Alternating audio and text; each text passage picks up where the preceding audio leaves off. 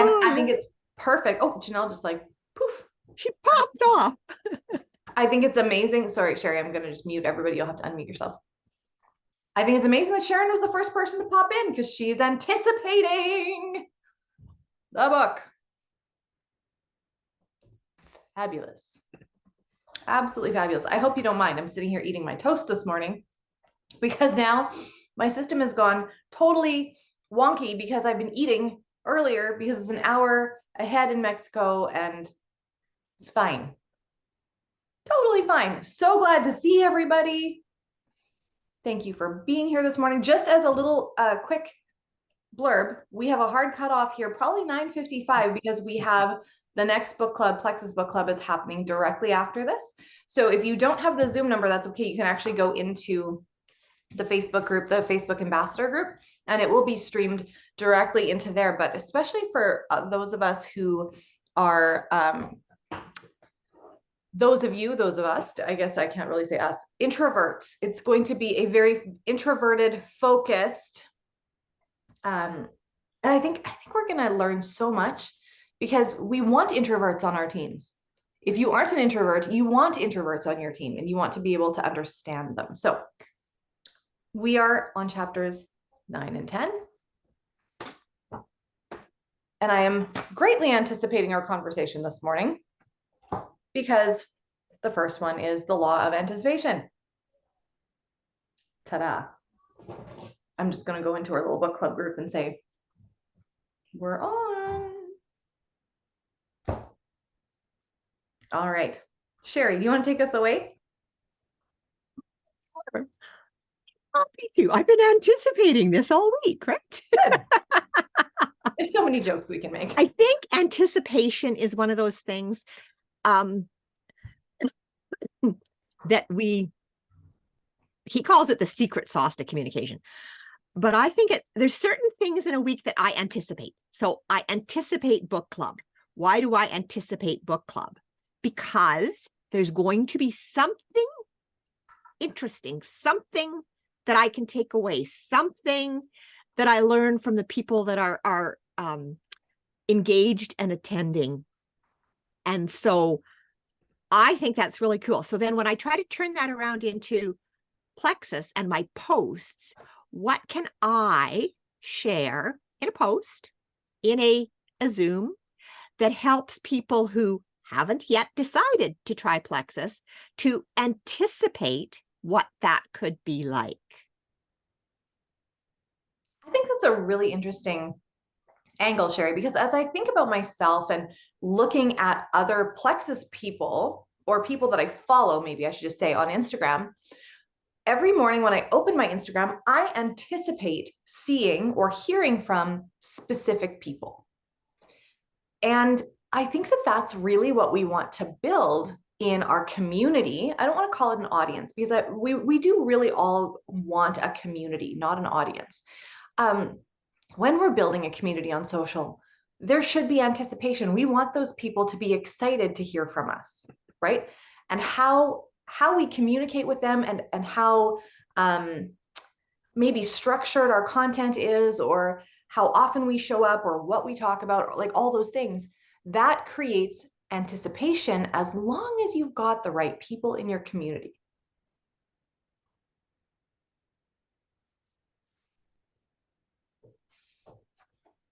So if we're thinking about, let's just think about this team meeting. What is it about today's book club that you might call anticipation for why you come on the book club?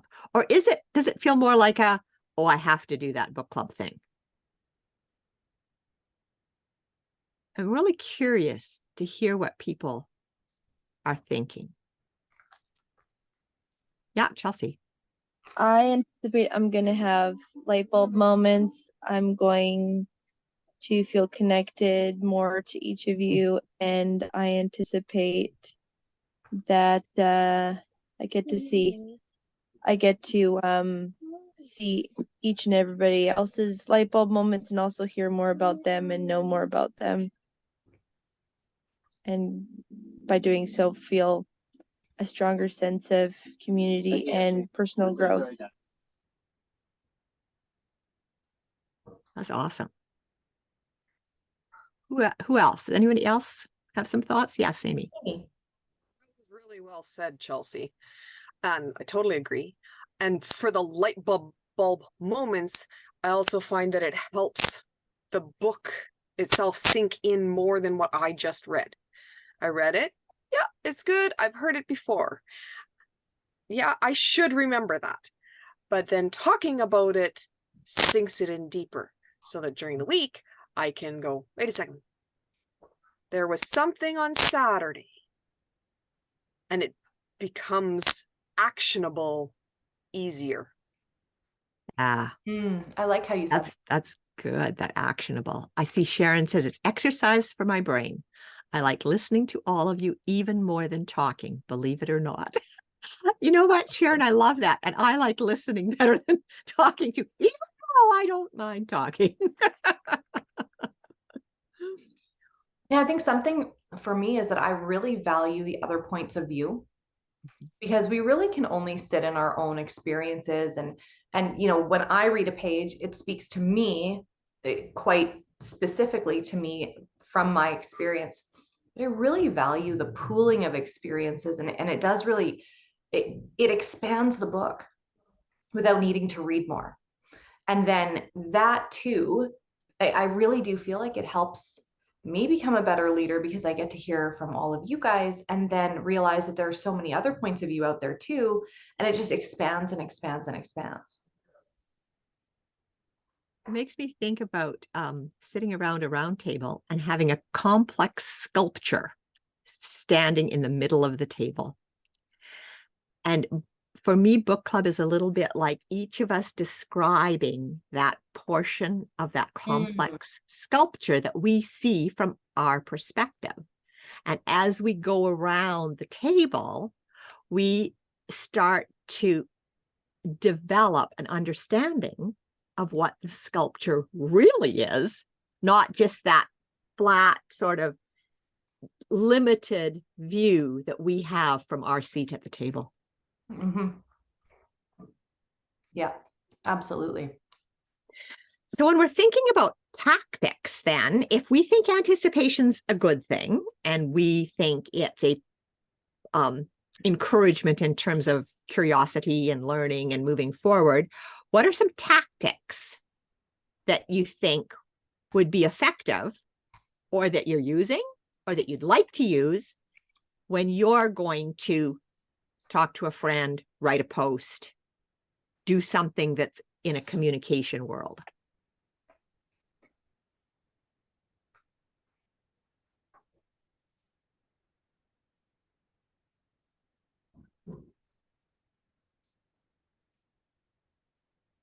If you can't think of some of your own, think of some of the ones that John talked about in the book.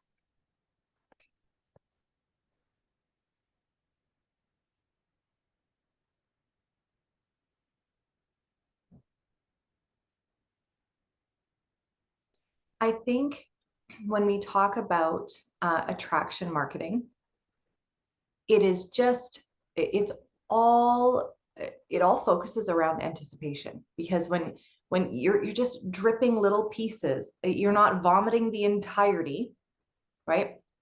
It's not often that we want to write, if we're writing a post, that we want to write pages and pages and pages and pages, because people don't, as good as it is, oftentimes people won't read the whole thing, right?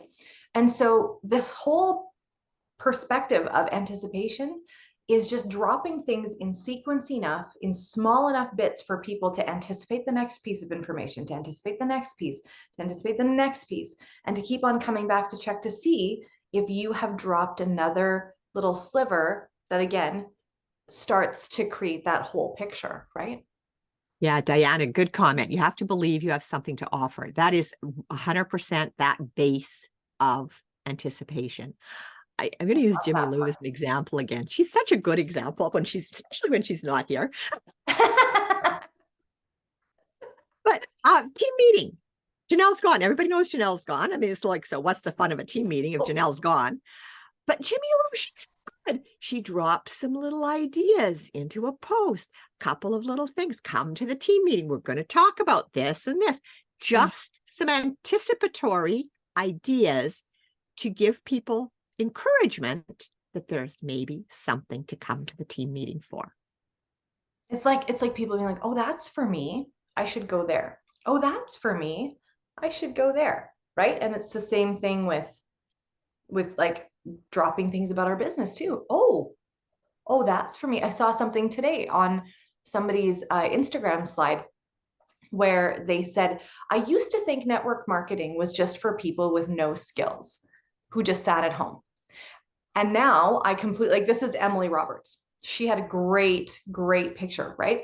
And she was like, this business has completely changed my perspective.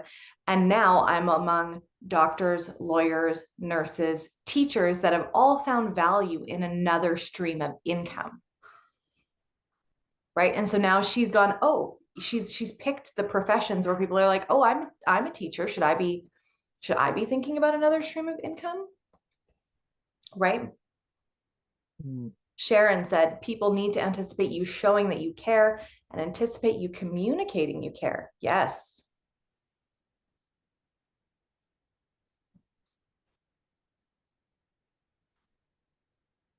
And I think just that anticipation of showing up.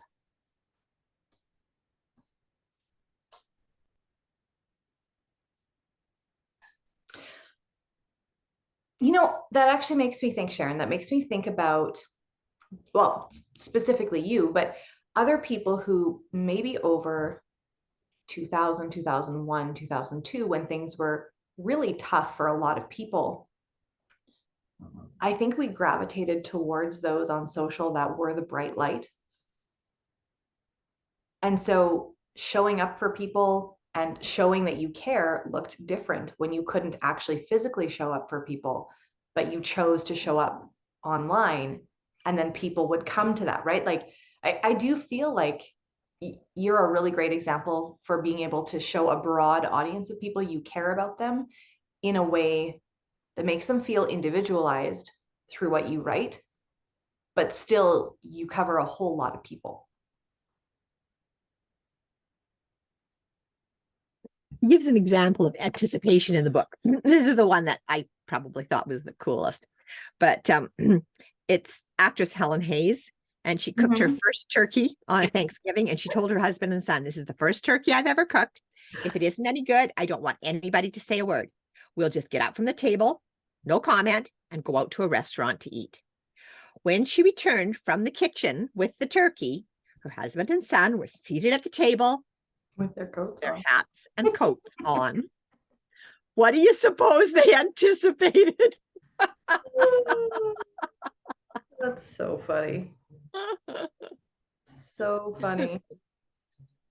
I would be so offended. I'd be like, at least have a little bit of hope. Come on, guys. Like, they were seated at the table. They're like, I don't know. It's not gonna be. I'd be like, come on. At least wait till after you try it to put clothes on. See, because last week I was trying recipes, and we had one, and we ate it because we don't get the option of going out to a restaurant if it doesn't taste good. Out is like to the grass. There's always grass. And it was like, oh, maybe that's not a recipe we want to try again. Do you think I wrote it down that we didn't care for that one? No, I'm going to remember. The next day, I tried a different recipe for something totally different. And they were like, it's edible, but we need to tweak this one. And I'm like, okay, like, we can figure out tweaking, kind of, we'll make it again. So I said to them, do you guys want to try another new recipe for 3 nights in a row? No, across the board, just give us something we know we like to eat. Also, I would like to point out, my brain is not that good because I don't remember which recipe they really didn't like. I remember the recipe that we needed to tweak, but that was only last week. we'll always remember, right? Like, yeah. So one of the things that he talks about in building anticipation in your audience, whether it's virtual or through posts or whatever, is the most anticipation in the audience comes from your own mindset. He talks about this on page 164, but he says, if I wanted people to be excited, I had to be excited. I cannot wait to tell you. It is so amazing. Oh, but I got to do this other stuff first. But I can't wait to tell you. Like, he is the master of anticipation. It's kind of like movie trailers. Yeah. Right? Like a movie trailer comes out or a teaser trailer comes out even before the trailer comes out, where you've got like, you know, I don't know if there's any Star Wars fans in the room, but Star Wars is notorious for doing this. And they totally don't give away anything. Like, all you know is that it's Star Wars and it's characters that you probably love. And if you're a diehard, you're going to see it anyway. But, you know, you don't even have to see Darth Vader. All you have to hear is the and everyone's like, oh, right? You haven't seen him, like you just know, right? And it just builds the anticipation, and everyone leaves the theater going, what was that? Right? They're not even talking about the movie they saw. They're talking about the teaser trailer at the beginning, right? It actually makes me think of when you Jules have to sign NDAs for exciting news, and you're not allowed to tell us, and you're like, but it's exciting and you're gonna want to do this. I'm sitting on one right now. I'm sitting on one right now, and it's like sitting on a rock. It's uncomfortable not to move the rock. It's uncomfortable not to tell you. It's really exciting. It's going to be big things. And it'll come. But what this is supposed to do is it's supposed to make you guys be like, oh my gosh, I need to know. I got to be a jewel. It's supposed to push you towards, the anticipation is supposed to push you towards being able to sign your own NDA. But yeah, going with that building anticipation, and the first one that he talks about that, and Diana already touched on it, believing you can communicate is how we do things. Oh, am I frozen? Either I was frozen or you were frozen, but go ahead. I feel like maybe it was me. Okay, so he talks about perspective. He says how we view things is how we do things. And he says, you read these three perspectives, think about how you see yourself, and then work to embrace them. Because when we change the way we look at things, the things we look at change. Yes. So his first one there is personal perspective and believe you can communicate. Yeah, that whole I don't think I can comes from believing I don't think I am. And that's a really interesting perspective shift. Nolan and I were talking about this as we were walking back from the beach one day, and just going, there's so many people that they hit that I can't, right? Like, well, you just need to do this. Like, this is the next step. And they go, I can't. And you're just like, well, you actually can. Like, it's not something that requires, it's all internal. It's all belief, right? And it really does boil down to, I don't think I am. And that's why we talk about personal growth so much, is because this business is 95% personal growth, right? And he even talks about it in the book, right? He's like, it's, all of my topics, and that's in the second chapter that we're talking about today. But when somebody came to him and said, I've read a lot of what you've written, and it's all very simple.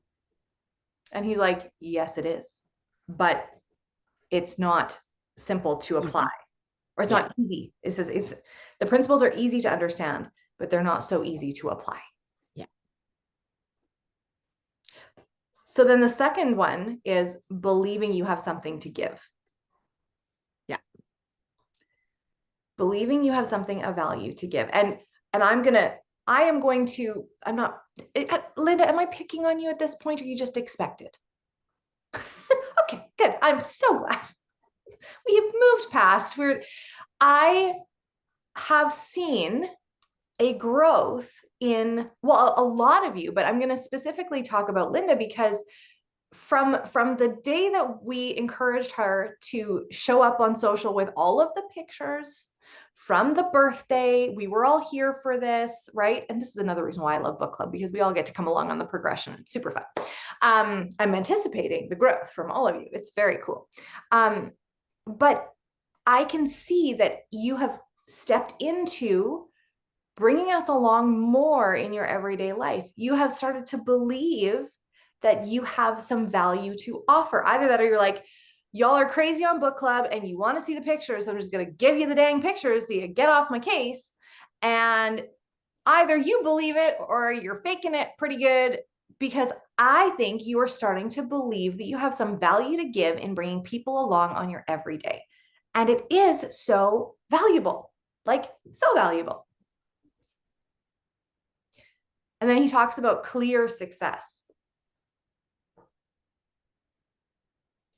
Communication, leadership, equipping, attitude, and relationships. Did anybody at this point in the law of anticipation be like, he's talking about a niche, isn't he?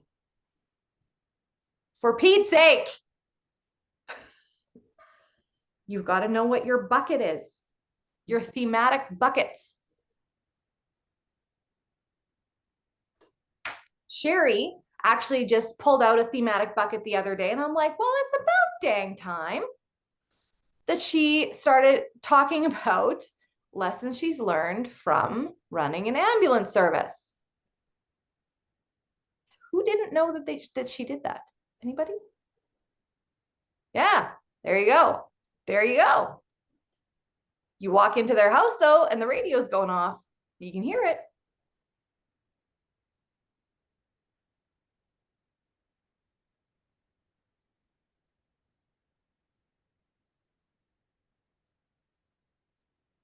Anyone else feel a little convicted about their buckets?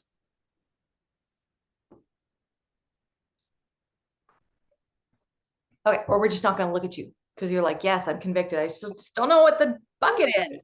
What's the bucket? But I think he talks about, it's one thing to think you have something valuable to say, but it's another to communicate with people because you believe they have value. Yes.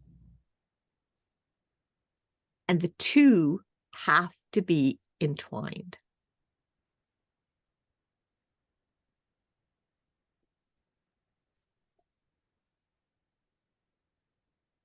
It's kind of like if we go back to Amy, or to that example that Sherry and Amy so nicely put together about seeing the sculpture from around the table and creating that 3D view, right? You have something valuable to say to someone or a group of people who also have tremendous value. You wouldn't, it's like the idea of casting pearls before swine. You're not going to do that, right? You're going to add value to those that you feel have value.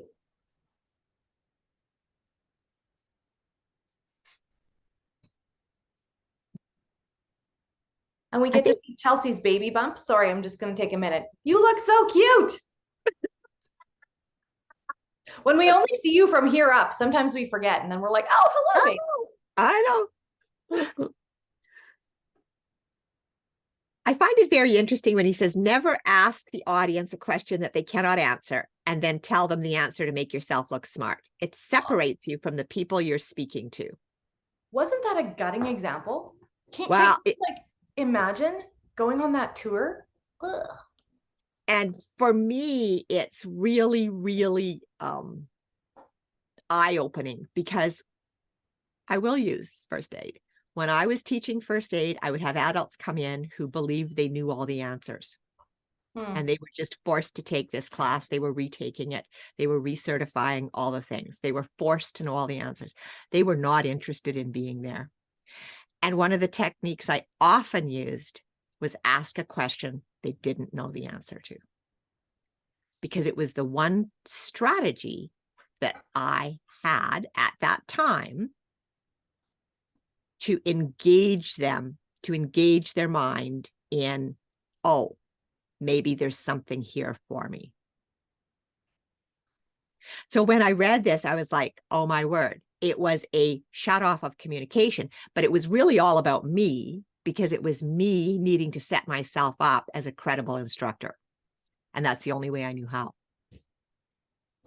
Was it a bad thing or was it a good thing? I don't know. I know at the time for me, it worked. Could I have chosen other ways? Absolutely. If I'd been John Maxwell, I'm sure I could have chosen other ways. Because it reminded me that when you separate yourself, then you have to re-engage the communication. So you actually have to do it twice. Yeah. But I'm sure it was very effective. Oh, it was when you have RCMP or people who are extremely knowledgeable, extremely confident that they, you're having to define your credibility.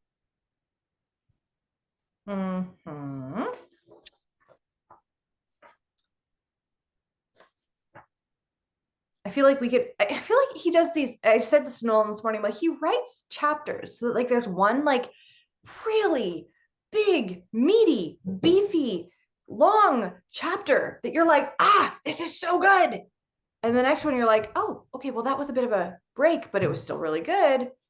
But it wasn't quite as heavy. But I feel like we could like dig into the anticipation one forever. But I do want to talk about being a fountain and not a drain. And he's talked before about being a hose, not a drain. I think that's where we were before. But I like the fountain better because I'm always like, I don't like the idea of being a hose either. Like that doesn't sound being a fountain sounds much more fancy. I'd rather be a fountain. I think I'll be a fountain. I think it's really funny. He's like, I bet you can't name any famous drains. I was like, like that's really, really funny. So what do you think he's actually meaning in that whole, like, be a fountain and not a drain? What was he getting at there?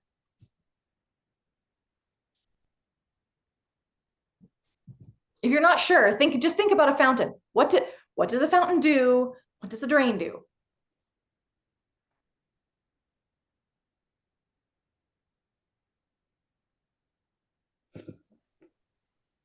Janelle. Other than the obvious, a fountain is uplifting and a drain just kind of sucks you down. Exactly.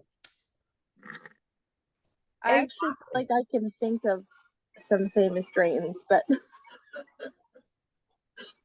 like maybe it's my opinion, but Simon Cowell from Britain's Got Talent, or the guy who runs Hell's Kitchen or whatever, I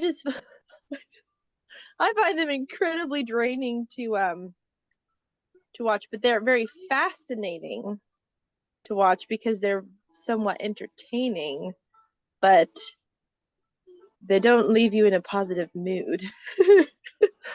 Wow, do I agree with that, Chelsea? So I think and I was thinking more so like architecturally and that kind of thing. And I was like, yeah, okay. Because people will travel to see a fountain, right? And apparently, where is it? It's in Rome, where you can actually drink from all of the fountains because they all go through that just blows my mind. Absolutely blows my mind because it all goes through that thing that I can't think of the word of this early in the morning.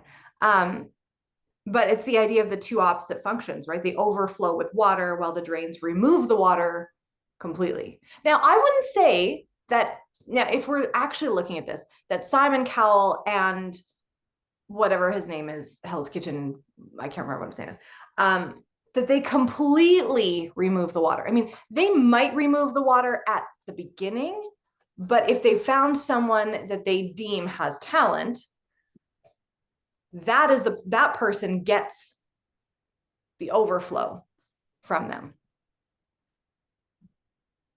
Plus, I think their persona is part of the package. I think the other part, we could go deep into this fountain drain thing, because you know what? If the drain's not working, nothing's working. So that's our gut health world. Good drainage. Just saying. Need good drainage. Just saying. But when he goes into the next part, he talks about live on the other side of yes. And he talks about your expectations more than anything else determine your reality. I mean, we've talked about this before, but the good news is you have control and can adjust your expectations. So that's fabulous. But his message on living on the other side of yes is realizing that yes always involves energy. It always involves brain power. It always involves probably something a little on the edge of our comfort zone. But he says, if I were to wish for anything, I should not wish for wealth and power, but for the passionate sense of the potential, for the eye which ever young and ardent sees the possible. Pleasure disappoints. Possibilities never.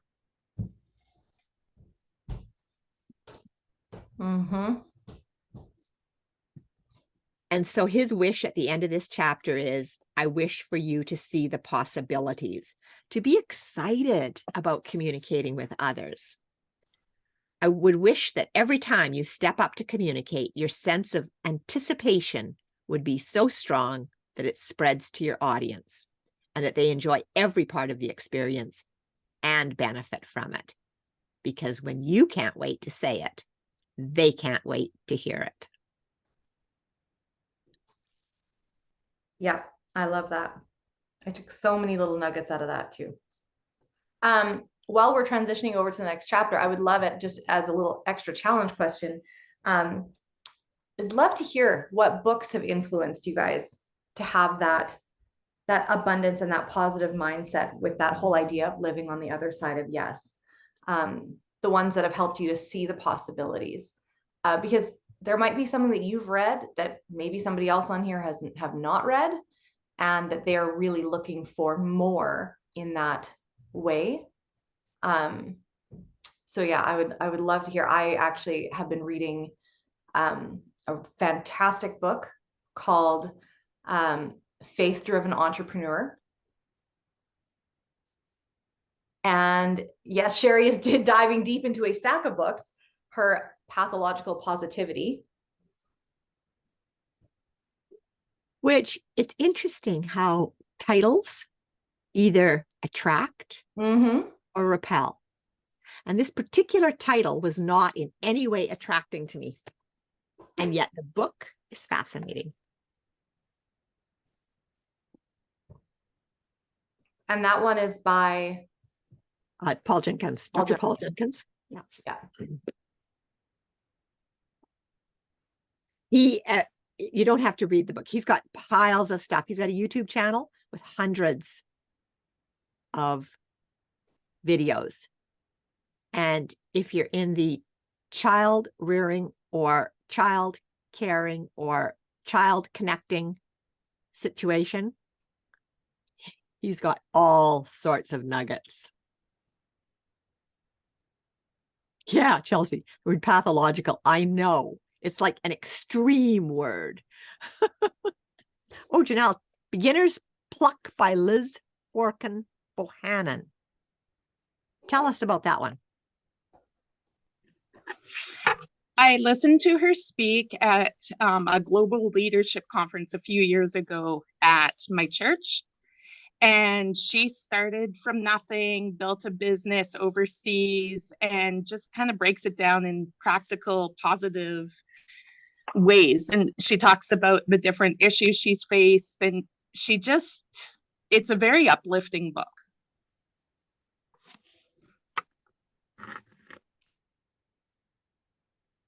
Write it down. I know. I'm writing things down. I can bring it on. I can bring it to church, Janelle, if you want to see it. Oh, sure. Yeah, that would be great. Sharon says, Girl, Wash Your Face by Rachel Hollis really met and impacted me where I was at 4 years ago. That is the other piece, is it's the book is one part and where you are is the other part. And it's when they meet, that's when the most impact happens. Mm-hmm. Totally. Yeah. And this is the one that I was talking about before. Faith-driven entrepreneur. Okay. So good. Like, I was writing notes like a crazy person on the airplane. And can we all just take a moment? I did not bring a paper book. This is not. And I didn't die, and it was fine. And you had more room in your luggage. I did. I was like, I lifted my bag and I was like, it's so light. And I brought like 6 books. It's great. There we go. Anyway. Next, we've got the law of simplicity. This was a gooder. Because you know what I started thinking about? I don't know if you guys are like that. Maybe you've got this all figured out. I'm sure that you do. But just in case you encounter somebody who, when they are asked what you do, what do you do? And that person gets this blank look on their face because they think, oh my gosh, it's plexus. Like, we're gut health, we're blood sugar, we're inflammation, but we're also a business and it's so great. But it's all of these things that it's just so huge. And I couldn't possibly tell you what it is in the span of like 20 seconds because I just want you to understand all of the things. And they have all of these words and they just like get caught in that funnel, that brain mouth funnel that gets constipated sometimes. This law of simplicity was so huge for me when they started talking, and it's not the right away piece, so we'll have to get there, but it was the whole chart of the simplistic, complex, and simple that just was so eye-opening to me, because the whole premise, guys, if you haven't read it yet, is the idea is that if you can't make it simple, you don't understand it well enough.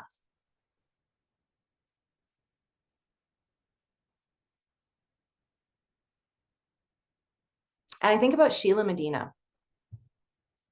Sheila Medina swears, and I think she's lying, but I love her anyway. Sheila Medina, first diamond in plexus, will say she has no idea what the ingredients are in Slim. I don't know. She says she doesn't need to know. It's just done these 3 things. You should try it. Simplistic. I think she understands it very well. But she understands that people don't need to know all of the pieces. They need to know if it's going to work for them. And so she keeps it simplistic.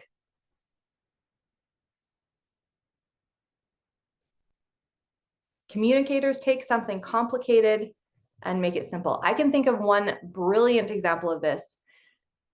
Sherry Harbage has this brain that is like the simplistic sieve. And she can take a massive big idea, like that's like this big, and she can break it down into these pieces that are so easy to understand. It's incredible. Like, she gets the big, huge idea, and then she just pulls it into these pieces. And it's just this, it is a gift that she has for in her brain. And she'll tell you that it just takes her a really long time to understand things. But I think that what she does, it's like when they were talking about in here, if depending on how much time you have to speak, right? How long does it take you to prepare, right? He was talking about, I don't remember who it was that was saying, if I need to speak for 10 minutes, it's going to take me 2 weeks to prepare. If it's half an hour, I need a week. And if I have no limit of time, I can do it right now. But I think she takes that long amount of time to understand things, and then she breaks it down in those simple, bite-sized, easy to understand pieces, which is so easy. Sherry said, sometimes the details are merely distracting, and I completely agree. Have you ever heard the phrase, the devil is in the details? Sometimes I think that that's where it really catches us up, especially when we're looking at it from a business perspective, where we just feel like we need to know all the things, right? Maybe you're looking at this contest, this brand new contest for Punta Cana, and you're like, okay, sure, but you said it's that simple. If I sponsor 10 people in the month of September and they keep ordering all 4 months of the contest, I know you said that I can earn this because it's double credits this month. But it can't be that simple because I have questions about this tiny little detail, and that's where my brain is stuck. And that's where I go back to the devil's in the details, because he wants you to stay stuck. He doesn't want you to go forward in the big simplistic steps. 3 chords and the truth. Anybody have a little chuckle about that? I feel like that could be your business mantra. Anybody else? Be like, if it ain't 3 chords and the truth, it's too difficult to understand. And I feel like we could really adopt this for our events, like messenger events, for our Tuesday night product experience things. If it ain't 3 chords and the truth, it's too difficult to understand. Even though we would love to geek out and go down with you, right? Sherry and I all day long, we can go, right? 3 chords and the truth. And maybe a call to action. Sharon, did you have something to say, or are you just, I thought you had a finger up. I was so excited. I was anticipating your I can say something. No, it's my thought is the whole time I was reading this chapter is that it's practice, right? Because where you start, right, is not where you end up, right? And it's practice. I know I am far better now at making a shorter post with like little simple details, right? Than I was when I started, right? And that's just practice. That's my thought. like I what don't he was talking think I about should be just sorry. I was just, that's exactly what he was talking about in the book, right? With the idea he just has to write, right? And it flows with that practice, with that continuous dedication to getting better, right? You can't just, what's the word that he used? You have knowledge, right? As you've grown, right? And then you've continued. Yeah, keep going. I love where you're going with that. Oh, we lost Diana. Yeah, no, I don't think I sometimes get discouraged when I'm like, oh, I'm far from that law, or I don't have that yet. But it's practice, right? And I have that more than I did 4 years ago. Mm-hmm. I don't know if there's any piano players on here that do any chording, but it really reminded me. Okay, so Chelsea, so it really reminded me of when I first started to chord. Okay, so if you know music, or if you don't, we'll take you through really easy. But then you'll have to get Chelsea's course that she's doing, and then it'll all work out. When I started chording, my first finger, my thumb, always had to be on the root of the chord. So if it was a C chord, my thumb always had to be on the C. And then if I was going to a G chord, my thumb always had to be on the G. Or if I was going to have an A chord, my thumb always had to go on the A, because I could only think of those changing chords as, oh, this is what it's called. This is where my first finger needs to go. And as you progress, all of a sudden you realize that there are inversions to your chords where you really only have to change, like you don't have to move your whole hand all over the keyboard in order for it to work on those same chords. You just have to move your fingers, because C, E, G can also be E, G, C, or G, E, C, or it doesn't matter which order those are in, as long as they are the same letters, right? So your hands, instead of moving all over the keyboard, but you don't get that right away. It has to be simple. You have to kind of, and then it's simple first, but then it becomes simplistic because you're still understanding it in a different way, and it's even easier. That may have confused everybody else who has no idea how to play the piano, but Chelsea and I were like, it totally makes sense. Totally makes sense.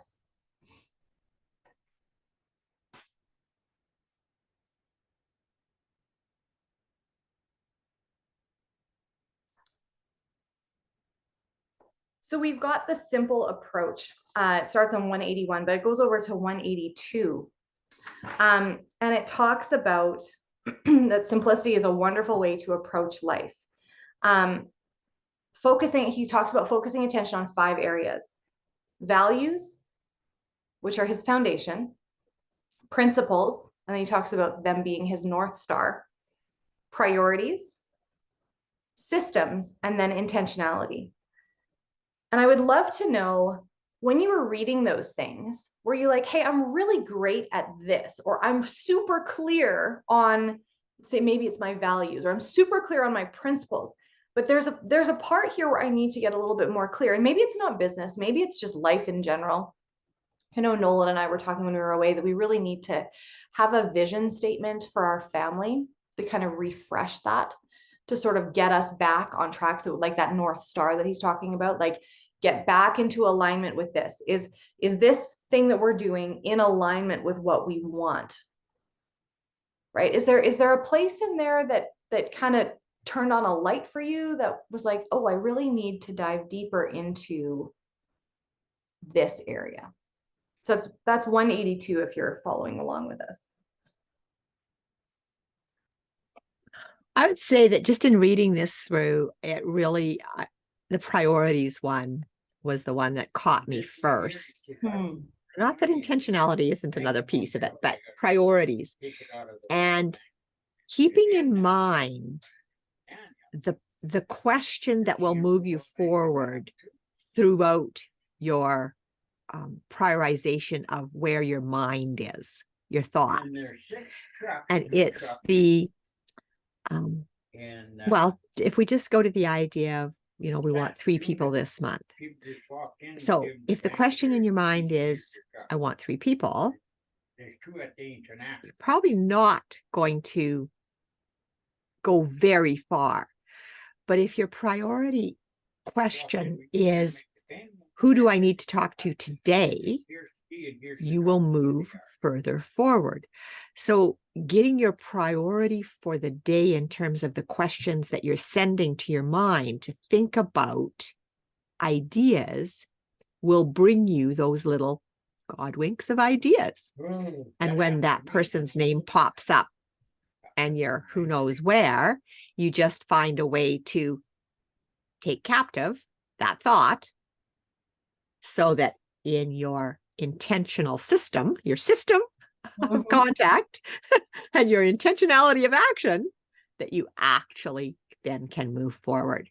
So for me, it was getting those priorities of my thinking in line that I first sort of was connected to on this piece.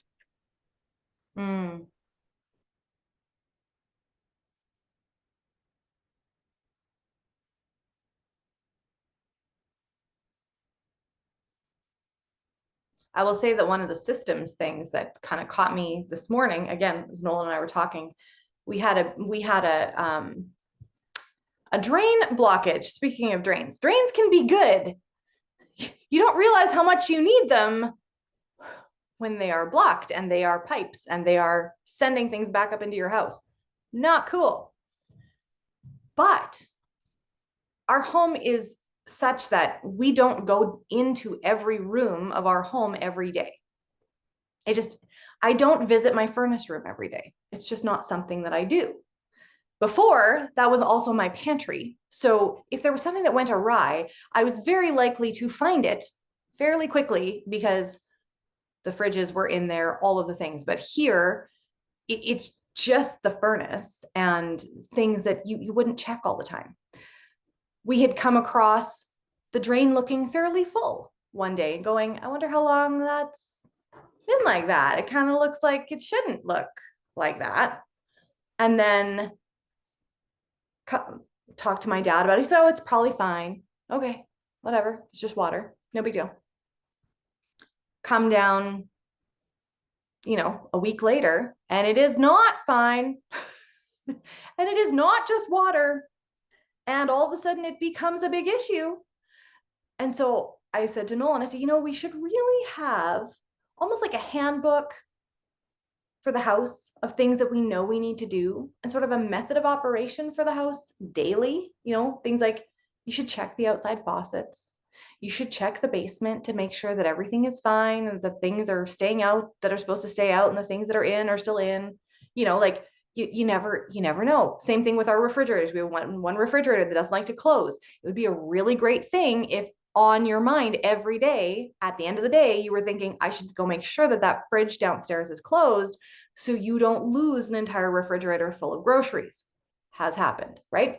But these are those things, systems, things that you do in it intentionally that really can help with alignment with all of the things. We could talk about that forever. But I really do want to talk about this simplistic, complex, and simple, because I think that this is clarity for us in so many ways. I mean, you can look at this from a faith perspective. How would I present the gospel to somebody who was a non-believer? Would it be simplistic? Would it be complex? Or would it be simple? Right? How am I going to talk to somebody about the product? Is it simplistic? Is it complex?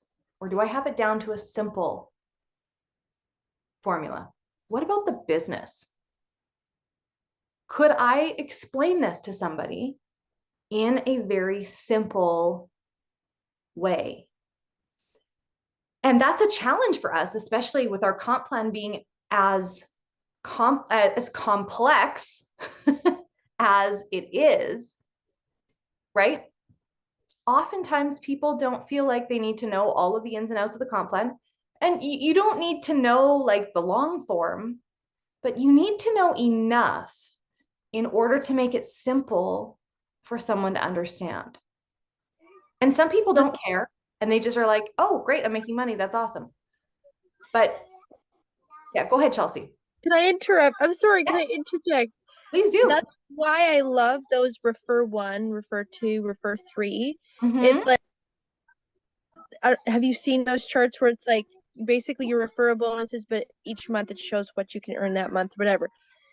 It's not explaining all the little itty bitty details in between of why all of a sudden at 3 referrals you jump to $300-$400. Like, it doesn't explain all of that, but it tells you this is what's going to happen, you know, if you hit the fast start, you know? Mhm. And I find that it's a really great way to break it down for people, because before I used to like I relied a little bit more heavily on the average monthly income Mhm. graphic, which is still good, which is still helpful, but even if someone gets to silver, that doesn't mean that they're automatically at the average. Mm. They're at the very base of the average, right? And so then there's sometimes like, oh, that didn't, oh, I see, you know. But when you have it so basic, like refer 1, this is what you get, refer 2, refer 3, boom, you know. And I love it. But the way that I think about making things simplistic is, well, it's easy for me right now because I have a 3 and a 4-year-old. And if I'm going to explain anything to them, it has got to be extremely simplistic. Very simple.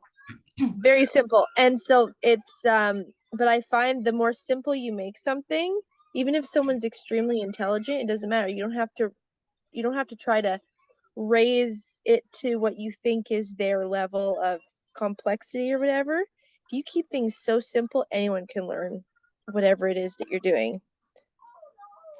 Yeah, I totally agree. Part of that, though, is to allow yourself to go down that mental road to be able to explain it, right? The body will never go where the mind hasn't gone. So that's where when somebody says to you, Amy, what's plexus? And Amy doesn't do this, but you kind of sit back in your chair and your eyes kind of roll back and you're like, well, and you get a really long well out of it because you're trying to think of where you want to take this person, right? I've totally been guilty of that. But it can be deep and fast, right? Like that whole deep understanding and fast. And again, Chelsea brings up a great example with child rearing, right? The whole reason, like, especially with biblical parenting, and I do not understand how somebody can parent without the Bible, because that just blows my brain. But you have a deep understanding of where you want your children to be. When my girls were little, I knew I did not want to raise mean girls. So you better believe that the first inkling of a mean girl, anything, we went deep and fast.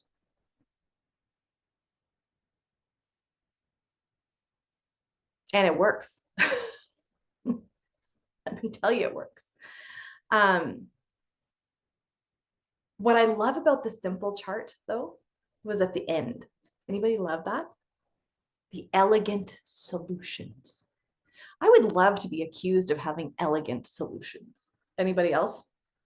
Like, that would be great. Elegant solutions. Just sounds upper level, right? But you know what? I was talking to Emily Roberts, had a really great time sitting by the pool with her.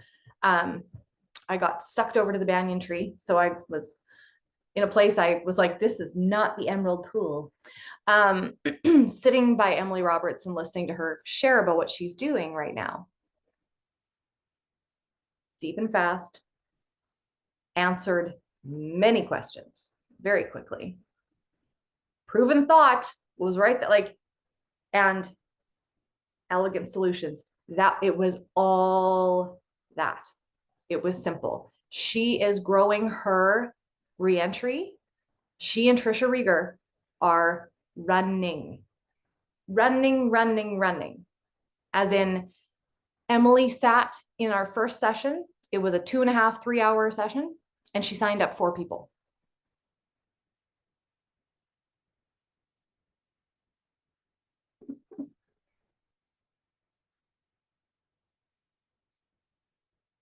So if you want people that you should be following right now for what to do, let's go ahead and follow Emily Roberts and Trisha Rieger.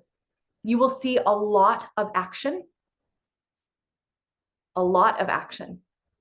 And they are growing because they are focused on their team growth.